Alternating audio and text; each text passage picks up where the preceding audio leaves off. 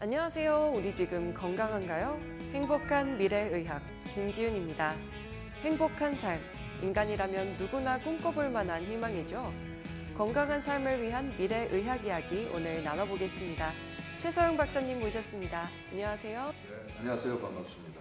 네, 박사님 오늘은 어떤 미래의학 이야기 나눠볼까요?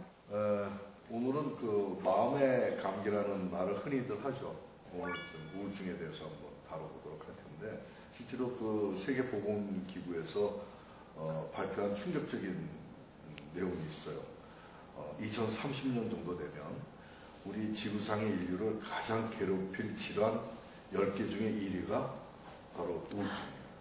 그러니까 점점 우리 현대인들에게 심각한 질병으로 다가오고 있는 우울증, 여기에 대해서 이제 그 심도 있게 다루는 그런 시간을 가져보도록 하겠습니다. 네, 그런데 저희가 삶을 살다 보면 기분이 좋은 일이 있기도 하고 나쁜 일이 있기도 하면서 살다 보면 가끔씩 우울해지기도 하잖아요. 그럼 이렇게 우울하다고 하면 무조건 우울증일까요?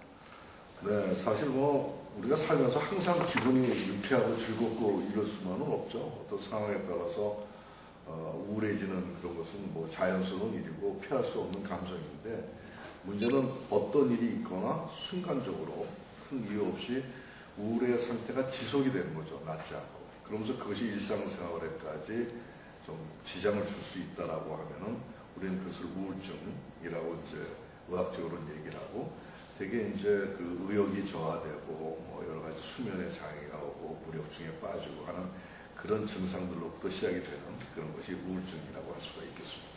정확하게 어떤 증상들이 있는지 설명 부탁드립니다. 미국의 정신의학회에서 발표한 내용이 있어요.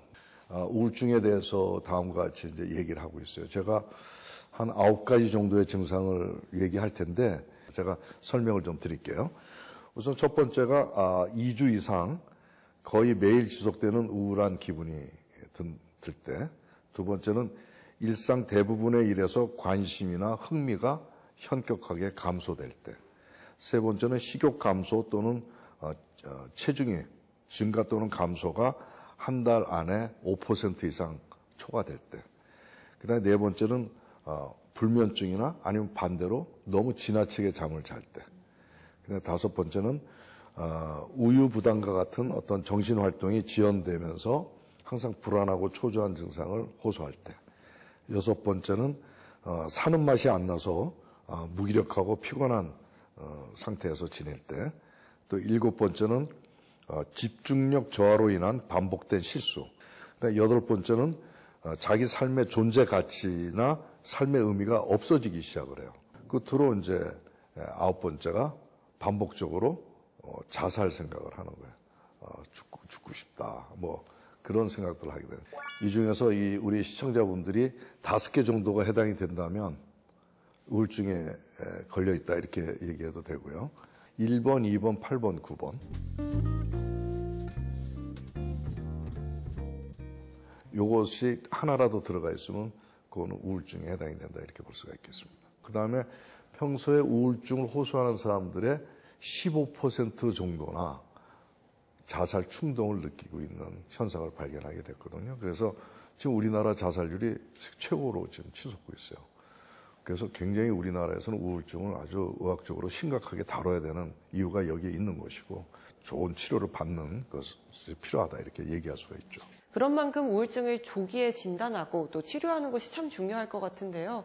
이런 방법적인 부분들 설명 부탁드릴게요. 사실 우울증이 있을 때 그렇게 지금 저희는 심각하게 얘기하고 있잖아요. 근데 당사자나 가족은 그렇게 생각을 안 해요. 근데 또 하나는 우울증이 있다고 갑자기 뭐 기분이 디프레스 되면서 뭐 일어나지 못하고 이런 것이 아니라, 정신적인 문제보다는 몸의 문제가 먼저 나타나는 경우가 많아요.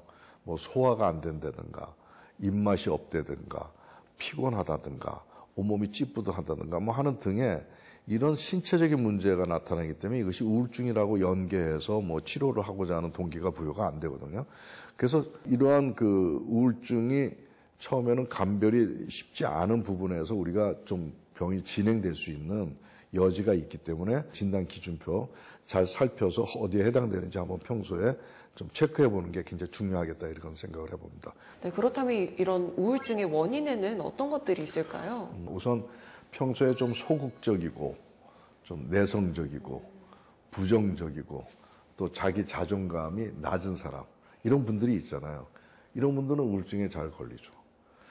또 두 번째는 그렇지는 않은데 환경에 의해서 예를 들어서 뭐 큰 쇼크를 받은 거죠. 뭐 실직이라든가 아무튼 상실감, 배우자 사망, 그 다음에 좌절, 충격.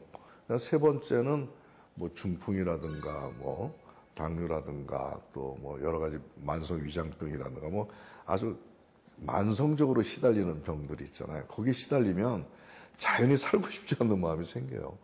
이 모든 것보다 가장 본질적인 우울증의 원인은 바로 우울증 관련 호르몬은 신경 전달 물질이 감소돼서 그렇게 나타난다. 이것이 가장 결정적인 우울증의 원인이다. 이렇게 볼 수가 있습니다. 신경 전달 물질, 그러니까 호르몬이랑 관련이 있다고요?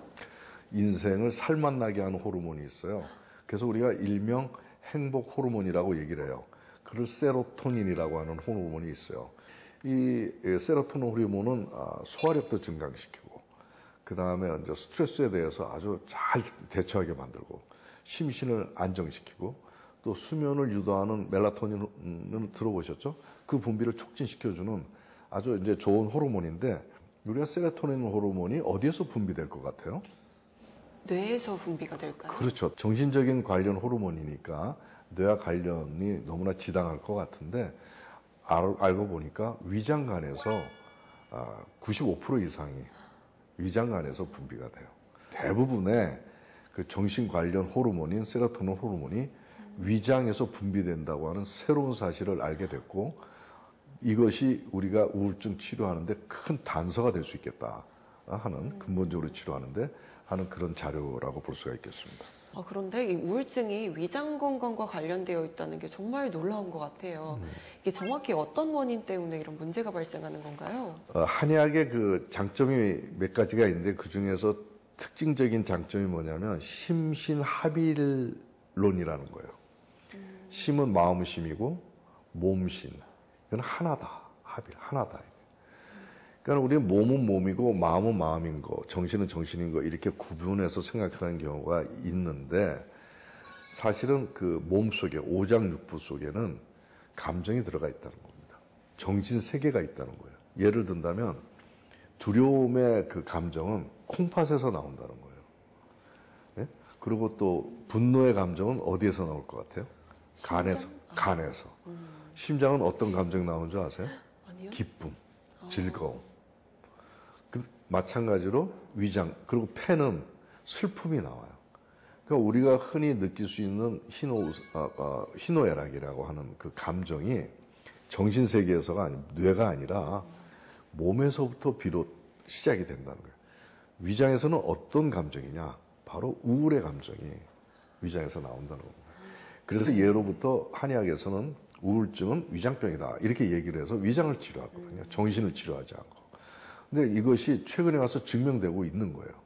위장을 밥통이라고 얘기 안 하고 제2의 뇌다, 정신세계가 있다라고 하는 새로운 주장을 요즘 많이 하고 있고 위장의 문제가 뇌에 영향을 주고 있다. 또 최근에는 그 위장에 있는 미생물이 우울증을 유발할 수 있다라고 하는 이론이 나오면서 코크 대학이라고 하는 데서 이걸 실제로 한번 실험을 해본 거예요. 그래서 묵윤지에다가 우울증 환자의 대변을 이렇게 주입을 했어요. 그랬더니 쥐가 어떻게 됐나요? 우울증에 빠져버렸어요. 뭐 이런 여러 가지 그 새로운 이론과 연구를 통해 가지고 우울증이 위와 장의 문제하고 직결되는구나라고 하는 사실들이 이제 증명이 되고 있다는 얘기죠. 네, 이렇게 위장 건강과 우울증이 관련이 있다니 참 놀라운 것 같습니다. 그렇다면 구체적으로 조금만 더 설명을 부탁드려도 될까요? 여기 위장 모형인데 점막 이면 조직이 손상이 되는 담적병 때문에 우울증이 온다라고 얘기하는 겁니다. 우울증 호르몬이 여기에서 분비돼요. 위하고 장에, 외벽에서. 그래서 여기가 손상이 오면 우울증 호르몬인 세로토닌 분비 세포가 손상이 오면서 호르몬 분비를 못하는 거예요. 그 자연히 위장 때문에 우울증 상황이 자연스럽게 이어지게 되는 거거든요. 정신적인 문제에 관계없이. 그래서 아까 설명드렸던 환경적 요인이 전혀 없는데 우울증에 빠지는 사람들, 그 다음에 항우울제가 잘 안 듣는 사람들이 여기하고 관계가 깊다라고 하는 얘기고, 위장만이 아닌 또 다른 장기가 있는데 그것이 바로 심장하고 간장하고도 관계가 있는 것을 우리 한의학에서는 이제 밝혀냈죠. 그렇다면 이 각 장기가 어떻게 좀 유기적으로 연관이 되어 있을까요? 소화기 그 증상을 심각하게 호소하는 분들인데, 이분들이 20% 정도가 다 우울증에 걸려 있고 항우울제를 먹고 있는 걸 발견하게 된 거죠. 그래서 그때서부터 담저병이 우울증하고의 연관성이 있을 것 같다라는 생각을 할 수 있었게 됐고, 그러면서 저희들이 이제 논문을 썼죠. 그래서 기능성 소화불량 환자의 위장 증상과 우울, 불안하고 상관관계에 대한 논문을 저희들이 이제 학회에다 보고를 했었습니다. 그랬더니 결과적으로는 뭐냐면, 담저병, 위장간이 안 좋은, 내시경에는 정상이지만 기능성 위장으로 분류된 환자에 있어서의 그 소화장애를 담저병을 치료했더니 우울증이 개선이 되더라라고 하는 사실과, 그런 담저병을 갖고 있는 분들이 다 우울증에 빠지는 경향이 있더라라고 하는 새로운 이제 사실을 이제 알게 된 것이죠. 담저병이 있으면 그 위장간의 미생물 패턴이 바뀌어요. 담적이라고 하는 것이 굉장히 부패한 물질이거든요. 음식 찌꺼기가 썩은 그런 형태의 물질이 바로 담 독소이기 때문에 위장간에 담적병이 있으면 미생물이 아주 유해한 미생물로 바뀝니다. 그래서 담적병과 유해한 미생물과 우울증, 이거는 같이 진행되는 그런 관계다, 이렇게 설명할 수가 있겠습니다. 네, 최근에는 20, 30대 젊은 층에서 이렇게 취업난이나 다른 스트레스 때문에 우울증이 생기는 것뿐만이 아니라 이렇게 그 외에도 우울증과도 연관이 되는 것이죠? 예, 그렇습니다. 사실 네. 물론 요즘 뭐 스트레스 환경이 젊은이들에게 상당히 심각하죠. 압박 속에서 살고 풀리지 않고 어렵고 뭐 이런 건데, 근데 그것만 가지고는 우울증에 빠지진 않는다는 게 저의 이제 소견입니다. 그래서 뭐 인스턴트 식품이나 야식이나 또 빨리 잡수고 막 이런 식사법을 이렇게 하시거든요. 이런 분들이 그 스트레스 환경과 맞물려서 우울증을 만들어 낸단 말이에요. 네, 이렇게 우울증이라는 게 온몸의 장기들과 관련이 있는 만큼 항상 식습관 그리고 건강 유의하시면서 행복한 마음 유지하셨으면 좋겠습니다. 그렇다면 끝으로 시청해주신 분들 그리고 우울증 앓고 계신 분들을 위해서 당부의 말씀 부탁드릴게요. 우선 우울증은 정신적인 치료로만 보지 말고 위장과 관련해서 치료하는 방법도 한번 생각을 해봐라. 그래서 식습관을 꼭꼭 씹고 과식하지 말고 좋지 않은 독성 음식 먹지 말고 먹고 자지 말고 뭐 이런 식으로 해서 음식 관리를 먼저 하고 좋은 음식들, 그 다음에 심장을 강화시키는 작업을 좀 해라.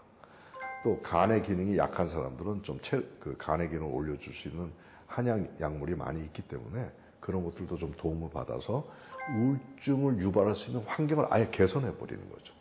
네, 고맙습니다. 그렇다면 저희 다음 시간에는 어떤 이야기 나눌지 조금만 알려주시겠어요? 지금 우리 국민들이 제일 관심이 많을 그런 주제가 될 수 있을 것 같아요. 오, 네. 코로나 때문에들 고생 많이 했죠. 네, 고생 많이 했죠. 코로나19 같은 그런 감염 질환에 대해서 우리가 어떻게 지혜롭게 대처할 수 있는 방안은 또 없는지 한번 우리가 행복한 미래학 편에서 살펴보도록 하겠습니다. 네.